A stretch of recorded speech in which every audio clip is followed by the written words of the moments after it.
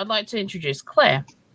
Claire is an urban planner and programmer and is currently undertaking a PhD in the intersection of these two fields. They find themselves writing scripts frequently during their research to help them record and make sense of the large amounts of qualitative data necessary to answer questions about the adoption of digital technology and the future of urban planning work. Outside of their PhD, Claire works with others in the urban planning profession to advocate for the use of open technology and standards to ensure good governance and our cities and regions. So over to you, Claire. Hi, thanks for that. Great, looks like it's all working. Let's get started. So before we begin, I would like to acknowledge the Wongal people, who are the traditional owners of the land from which I am speaking to you from today, and acknowledge their elders past, present, and emerging, and to also acknowledge that sovereignty was never ceded.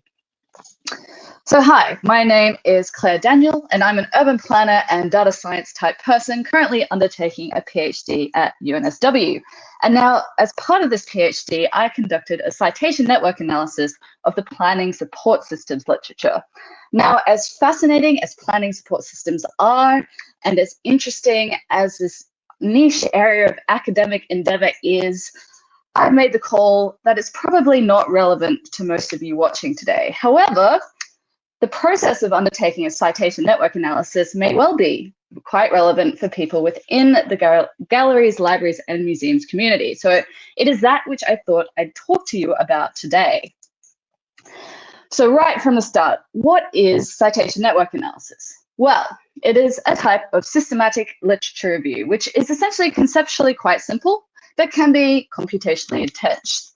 And as we know, in academic literature, there are very strict conventions saying if there's any information or ideas that have been published elsewhere, that those are referenced within scholarly publications. And there are a huge body of standards and syntax, strict syntax, the kind of process of doing so. And a citation network analysis simply assumes that if one document has cited another document, that these two documents are somehow related. And what you can then do is you can map out all of these citation relationships using a formal mathematical network representation or mathematical graph, and upon which you can then do various quantitative statistics, which will give you insights into the structure of your research field. So next up in our program, how to citation network analysis. Well, according to Zhao and Strottman, 2015, there are 5 steps which I will be going through in more detail. Step 1, delineation of your research field. Now, this is difficult. You do have to put a boundary around the research papers that you want to include. You cannot feasibly do an analysis of everything. So, like most forms of systematic review, this delineation is usually done on a keyword search in a citation database. And so, what are your options for databases? Well, traditionally, there have been only 2 databases with decent coverage of published papers. That is Scopus and Web of Science. Of course, Google Scholar has, for a long period of time now, provided a free means of searching the academic literature, but currently provides no easy way to download data from that system in bulk and provides no API to its databases. So traditionally, Web of Science and Scopus have been the only way to do broad-scale citation analysis. Now, my university is subscribed to Scopus, and for my analysis, I use the Scopus API. But the fact that I was advised to use a proprietary API for this analysis kind of seemed like another artifact of the structural problems that we have in academia with unjust academic paywalls. And citation data is really important. So the amount of academic literature is growing exponentially. And without access to the citation data, we kind of create the risk of duplication of effort, creating even more research silos.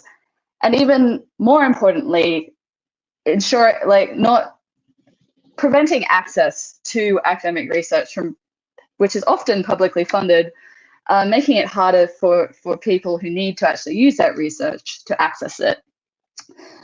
So in preparation for this talk, I have actually done a little bit of reading about some of the new initiatives that are changing this status quo. And to qualify this information, I'm not personally involved in any of the projects that I am about to mention. So it seems that the Initiative for Open Citations has been a big influence in recent years to make citation data more accessible. Crossref, of course, has existed since 2000, and Crossref is the registration agency for digital object identifiers for scholarly work, and it maintains an open infrastructure and an open database to which various publishers submit details of their publications, and it maintains an open API. However, in 2017, just 1% of the eligible papers that were listed in Crossrefs contained open citation data. And this is where the Initiative for Open Citations comes in. So this initiative was supporting publishers to open their citation data to allow it to be openly available in Crossref. And there's been massive success because as of October 2021, the percentage of relevant articles that now provide this data openly has gone up to a whopping 88%. Separate to this, there was an initiative by Microsoft called Microsoft Academic, and this was doing something similar to the way that Google automatically compiles its records in Google Scholar. But unlike Google, Microsoft Academic made its data available under a license, like an open attribution type of license. And so from these initiatives, you start to see a number of open projects for searching the literature kind of starting to bloom that rely on one or the other of these two databases or a combination of both. And this is quite good because the search functions built into the Crossref infrastructure are very rudimentary. Essentially, it's designed to return the details of an individual paper if you feed it individual identification information like the DOI or the title and author details, so on and so forth. However, Microsoft Academic has actually been retired as of about 2 weeks ago, December 2021. And I'm not quite sure what the downstream impact this might have on these projects. Luckily, however, when we look at the overall coverage of each of these foundation databases, there's been some analysis done by Martin et al. And Crossref has really shot up. So in mid-2021, they finally convinced Elsevier, who I hear is one of the largest academic publishers in the world, finally convinced them to make their citation data openly available in Crossref. And according to the study, it is looking like the open citation databases that have been built from that data are now rivaling the proprietary databases of Scopus, like Scopus, Dimensions, Web of Science in terms of the scope of their coverage. So that is good news. Right, so once we have chosen our database, there will be various Python packages that will assist with extracting data from some of the more well-known APIs. And most of these APIs will return to you a long list of data, metadata about every individual paper, the title, the abstract details, journal details, institutional details, and of course, a list of digital IDs for their reference list. On to step 2, construction of the network.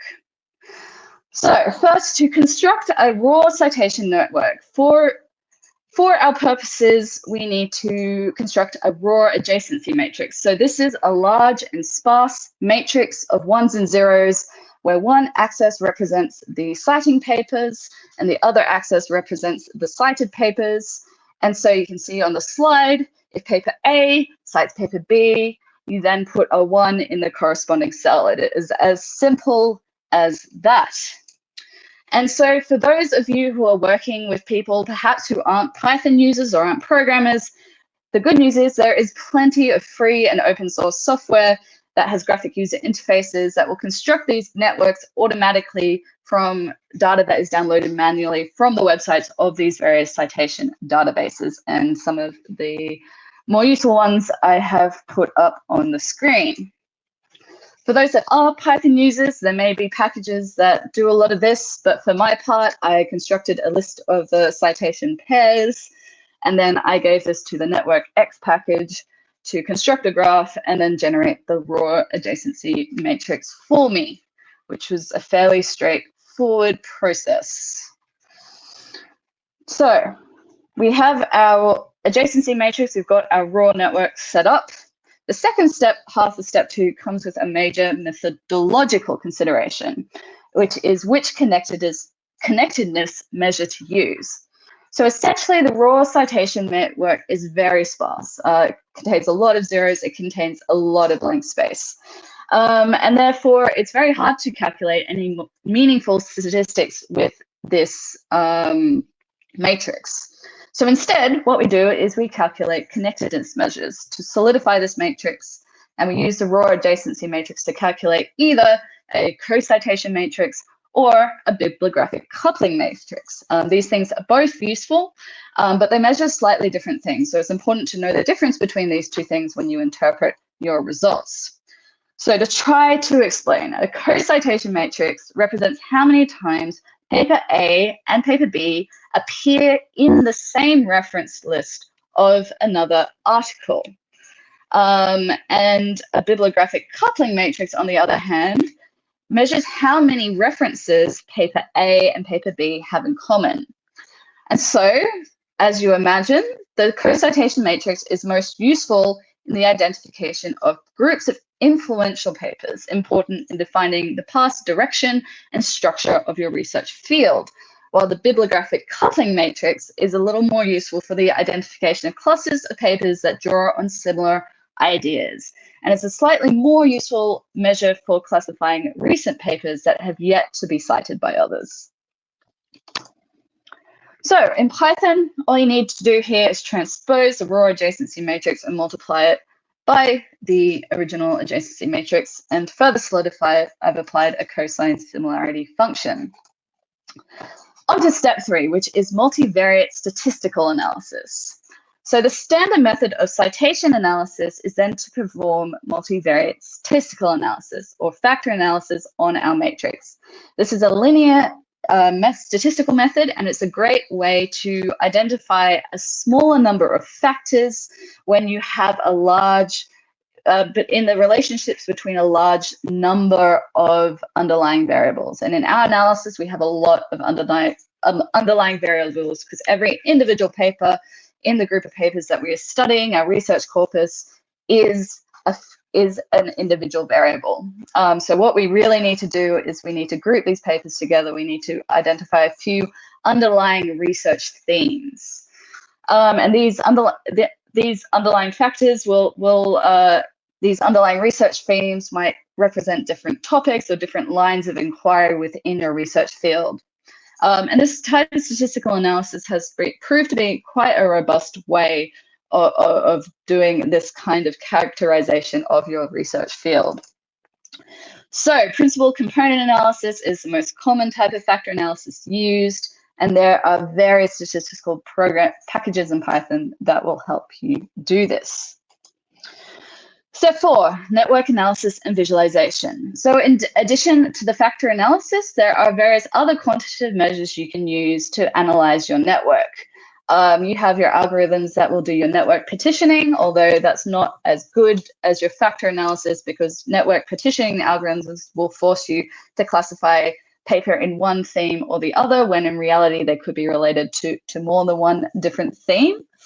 But the other useful thing that you can do with your network is to calculate various measures of centrality. So you have your things like your degree centrality, which is the number of times a paper is cited by others in that network, all the way through to something like betweenness centrality, which means that your paper kind of forms a node in a frequent path, a path that's frequently used if you were to run an algorithm going from one side of your network to the other, for instance, and that could indicate a high betweenness centrality, could indicate that that paper has some kind of boundary spanning properties and is spanning across different research ideas or different research silos.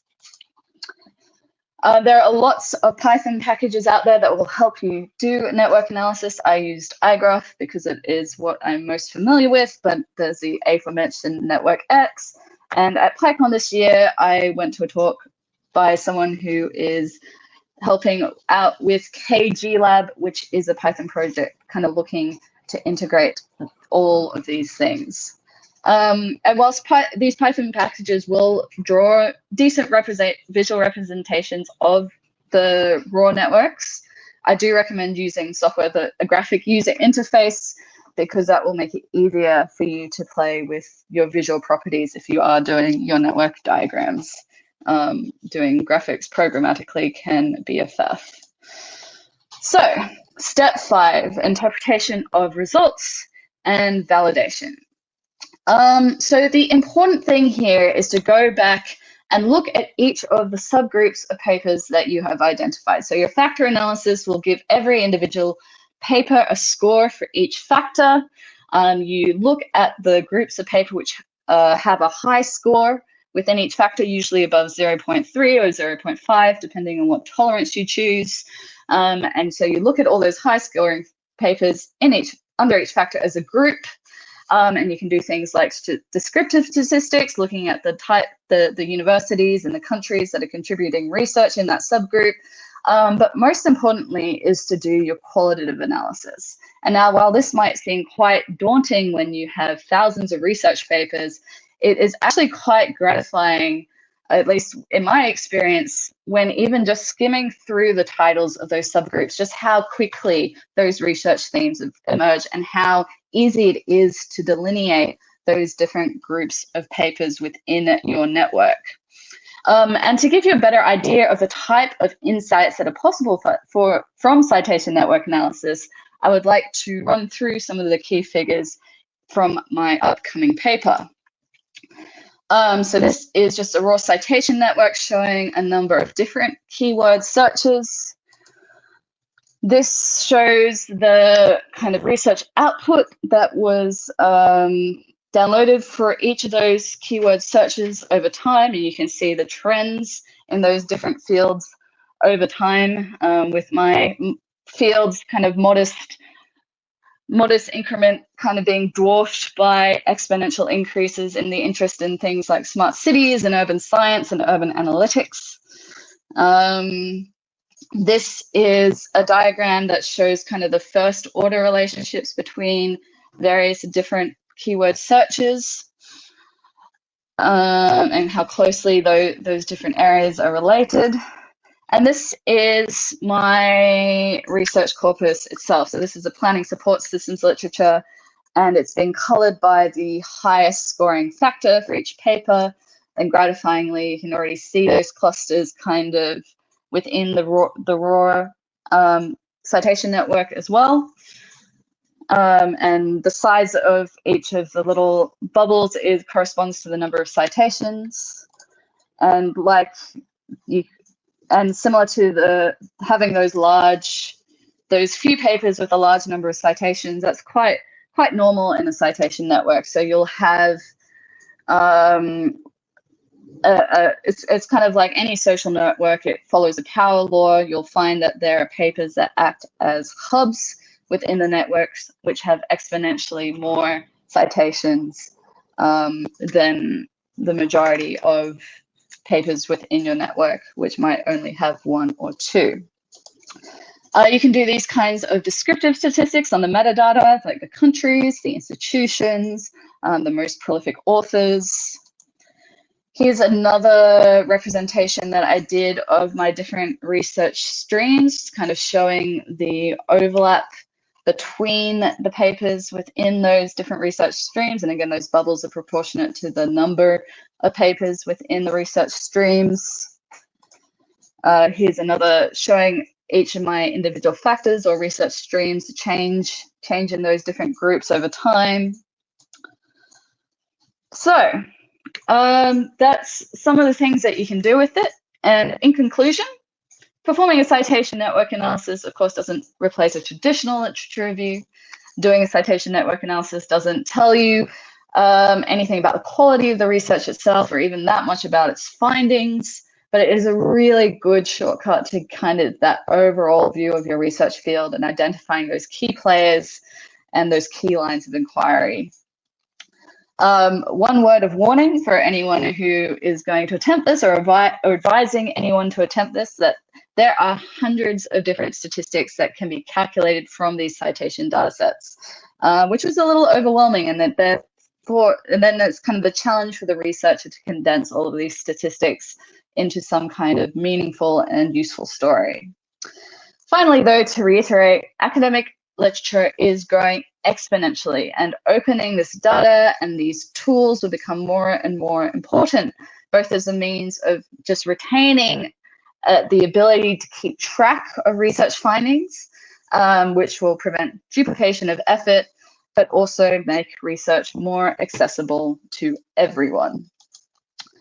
Here is the main how-to text that I use when I perform my own analysis, and it's a really useful textbook that is free to download.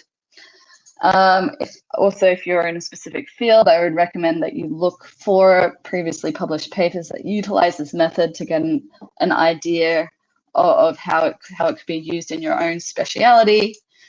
The full paper of my analysis will be published very shortly. It's been accepted, and I've submitted the final documents. When it is published, I will make sure the preprint will go up on my personal website, and the code will be available on my GitHub account.